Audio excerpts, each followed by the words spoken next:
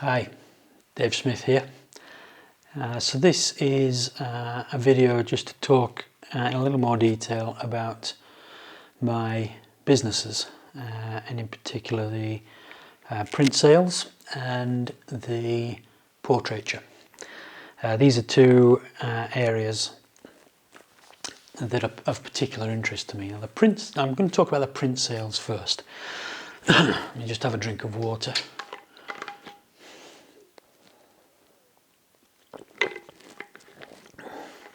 Now, I've been sort of travelling all over the world for about 20 years, and I have quite a wide range of images from all of that.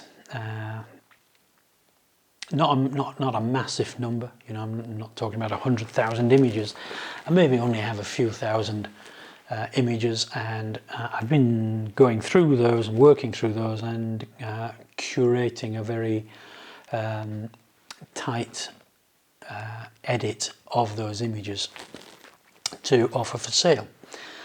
And there'll be a flyout come up with the website for the prints, and I'll put the website in the description below as well. So what are these? Well, broadly speaking, they're landscapes, and I really enjoy what you might call the big vista, particularly images from my trips to northern Norway, for example, but not just, also Iceland, for example, all kinds of places. But also I really enjoy what you might think of as the intimate landscape, and by which I'm meaning sort of close shots of even small waterfalls can look quite spectacular. I shot one at Kirkstone Pass in the Lake District, which was, it doesn't even feature on the map. It was very tiny, but when you get to it, it's like it's a bit like a fractal pattern. It's like you've zoomed in to a big waterfall, and you're seeing this sort of replica of it. It looks amazing. So there's those kinds of intimate landscapes, but also things like macro shots.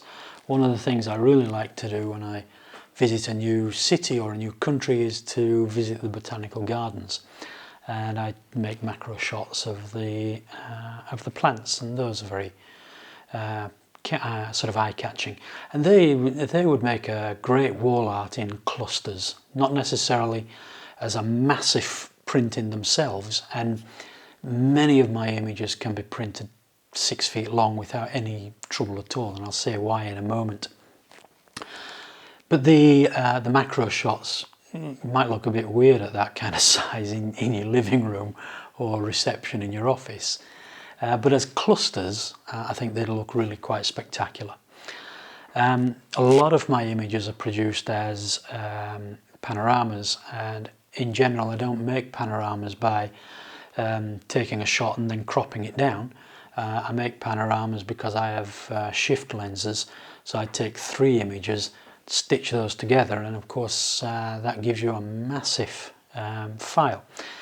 Once upon a time I was shooting those on an A7R, so you know that's something like a 40 megapixel image 3 times. I now shoot panoramas with the Rhino cam, and you've maybe seen those videos, and those are massive files. Those are sort of 6, as a panorama, those are 6 26 megapixel images, if it's the Fuji, for example, stitched together. So most of my images can be printed at very large. So if you have a large space, if you want something for your office, for your business, for reception, these are images that are going to do the job. But also these much more intimate images as well. There are also pretty interesting architectural images, and I'm thinking particularly about the Buddhist monastery at New Shaoshan just outside Nanjing in China. Whoa, what a place. I loved it there. I went into the room. I mean, the whole place is stunning. You approach it and it looks beautiful, but it just looks like it's a one-story building. But it goes down 9 floors. And when you get down there, you're going in the room of, I think it's the room of 10,000 Buddhas. And there's this 28-meter stupa in this room. And you just literally stopped me in my tracks when I came to the room. It was unbelievably stunning. Well, there's an image, several images of that. And there's a reclining Buddha in the sort of, I think they call it the Peace Hall. And this reclining Buddha, and it revolves, and there's dry ice drifting around everywhere. Again, what an incredible place. And particularly interesting is that place is less than 10 years old. So, you know, all the stories we hear about religious oppression in China might not be quite all they're cracked up to be. Don't get me wrong, I'm sure there's plenty of oppression, but this place was spectacular. So there are those kinds of images as well. I've just shot, again, as you know, I've just shot a series of panoramas at Auckland Castle. I'm going to go back to Auckland Castle and do some panoramas with the Sony, the infrared adapted Sony, because I think it will look pretty good in infrared, and I'm going to do that as a time lapse as well. So those are the images that are available. Go check them out and see what's there. See if there's anything that gets your interest. As part of the Patreon, you might know that I'm setting up a series of 4 greetings cards that will come 3 times a year. So if you're a part of that Patreon, you get access to 12 what I think are beautiful images on greetings cards to send to special friends, to family for special occasions, 40th birthdays, 60th wedding anniversary, so on. Now, just going back to the prints, as with everything that I do, I want the product to be of the highest possible quality. These are not prints that I've knocked off my inkjet printer here at home. I don't have an inkjet printer here at home, but even if I did, I wouldn't be using it for making these prints. Photographic printing is a highly technical process, and so I've partnered with professional print labs to produce these images, and I've decided on 2 what I call signature printing methods. So one is a traditional photo print, which is actually printed on photographic paper. It's not inkjet printed. It's light sensitive paper that's exposed through a digital process using lasers, but it's actual photographic paper. And so that's one aspect. And then the other is a much more contemporary. So if you're looking for a more traditional framed print, then the traditional light sensitive material is the way to go. But if you want a more contemporary look, then I've settled on what's called the Chroma-Lux aluminium panels. Now, these come ready to hang, so they float off the wall. They're I think they're 2 millimeters thick. They float off the wall, and you get this incredibly vibrant image on the front. And as I said, most of my images are panoramic, not all, but most, and most can be printed to very large sizes indeed. So you could make quite an imposing image in your space, whether it's at home, it's your business, it's your office. These prints will look spectacular. And again, you don't have to have a single thing. You can have a series of smaller images, or you can have one image that's split over several panels, which is a very contemporary look as well. Now, some people might prefer canvas. Canvas is not a product that I'm particularly in favour of, but some people may well be. And if you like one of the images and you like it on canvas, by all means I can quote you for that. Now that will be inkjet printed, but again, it won't be inkjet printed on domestic printers, however good they are. My professional labs use much higher end facilities than that. So you will be assured of a very high quality canvas print. Now, I'm just going to relate a little story to you. Tragically, my father died very young. He was only 60, and it was a real shock. He was a very fit fella. He was an amateur boxing champion in his younger days, and he kept his fighting weight all the way through his life. So it was a real shock when he suddenly died. And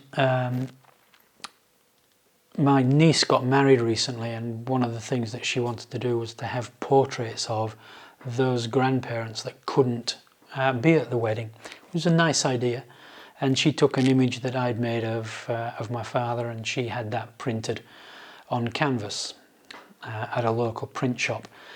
Now, it was very cheaply printed, and it was printed on one of those domestic style inkjet printers, and let me tell you, she's been married less than a year, and that print looks horrendous. It's faded very badly indeed, and the colours have shifted. It's really hideous, and it's that I want to avoid. I don't want to sell a print to my clients that's going to look like that within 12 months, and that's why I've partnered with these professional labs rather than trusting to domestic facilities.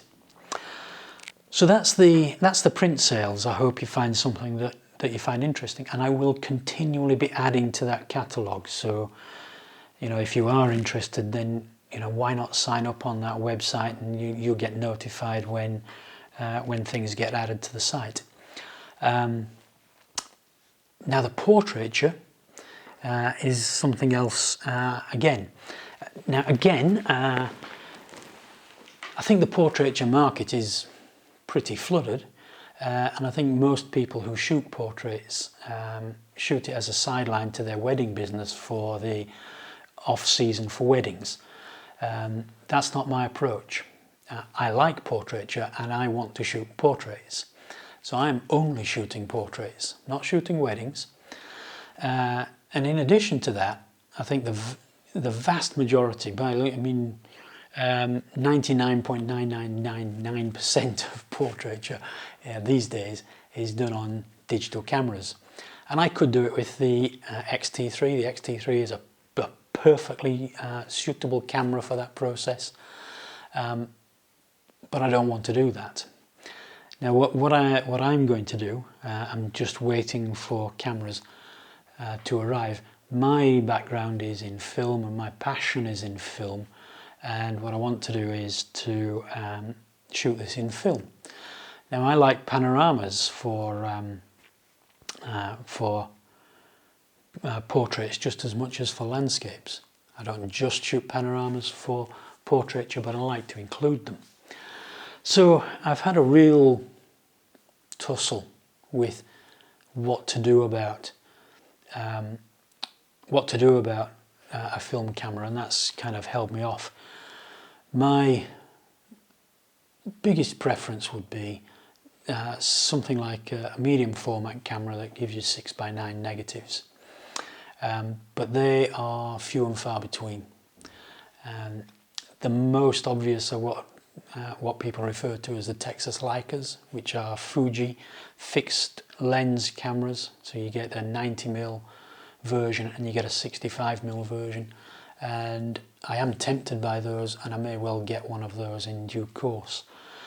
But for various reasons that I won't go into in too much detail here, I have settled on a Pentax 6x7 with a 35mm insert, because when you put a 35mm insert in there, it takes 2 frames of 35mm, and that gives you 2.75 to 1 panorama. Fantastic. Then when I was researching that, one of the problems for me is what to shoot on and how to digitize it. If I send my film to a professional lab, which I would do for colour, scans are hugely expensive. But I've recently come across a lab. This is so interesting. I'm very, very excited by this. And what they do is take the same film stock that's used by Hollywood in shooting its major blockbuster films.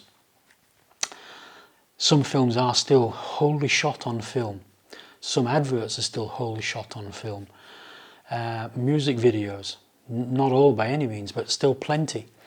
They take that same film stock and they repackage it into 35mm frames, because it's a 35mm film.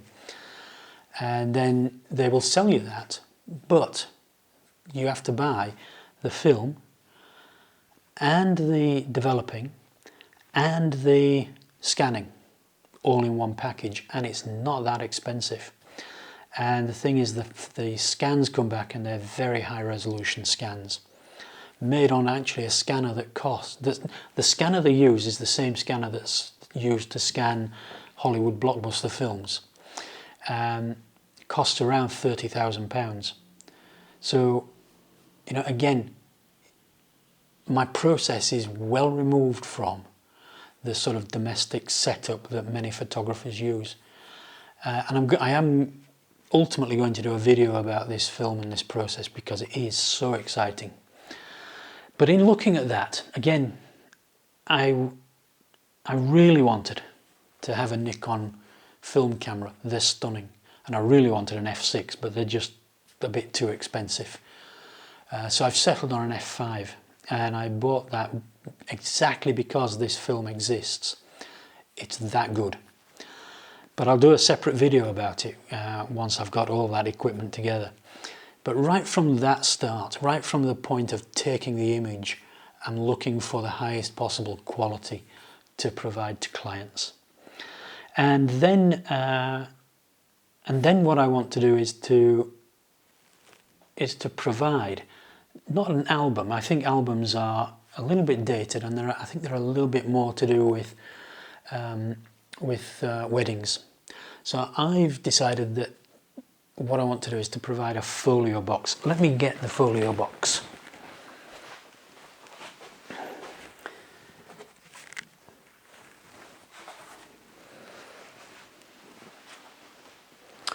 Now you see this wire's getting everywhere. Let's get rid of that. Okay, now I got this as a sample from a company that I may not continue with. They're remaking this for me because when this came, the front cover has got wrinkles. There's just no excuse for that. That is shoddy workmanship. And I can't partner with a company like that. But it'll show you the sort of idea. So you get a box like this, inside 20 matted prints. Let's use the thing, and the matted prints look like this. Now I think that's a beautiful, beautiful presentation, and part of my thinking with this is that they're ready to show. So you could have this on your sideboard, you could have a little tabletop easel next to it and display an image, and because you've got 20 of them, you can change those images every week, every fortnight, every month, and have a lively display of your portraiture. So that's part of my signature offering. Then it occurred to me that that's quite heavy. It occurred to me that when parents have portraits made of their children, we should not forget grandparents. Now there are many ways to deal with this, but what I've done is to put together what I call a signature package. Now people don't have to have that package, that's just the starting point. And in that I've included one of these 8-inch square books which present the images very beautifully. Now I've done a set of images that's from a single shoot, from this I've got images that are from many shoots just to show what the layout might look like. And that's for grandparents. And then the third part that I haven't got in yet is a piece of wall art, and it's what's called a 9-up, and that's a grid of 3x3 prints, and that mattered, that will come to about 32 by 38 inches, so a nice big display for your wall. Now, in addition to that, that's the signature package. In addition to that, people might want larger prints to put on the wall. They might want a collection of smaller prints to make a cluster. All those options are available. And whereabouts? Well, I'm based in the northeast, but you don't have to be in the northeast to have this package. If you want to have portraits made with me, then I'm quite happy to come to you anywhere in the UK. And I probably won't charge any addition for that. I will just come. So those are the two businesses that I'm working on. If you're interested in either, I'd love to hear from you. The Portraiture website is linked in my YouTube channel, but I'll make a flyout for it as well, and I'll also put the link in the description. I hope that's of some interest. As I've said previously, I'm on the Patreon. I'm going to make a pretty detailed workshop series on setting up those two businesses. But thanks for watching. If you know of people who want portraits, you know somebody who's looking for wall art, I'd be really grateful if you pass the information on to them. Bye for now.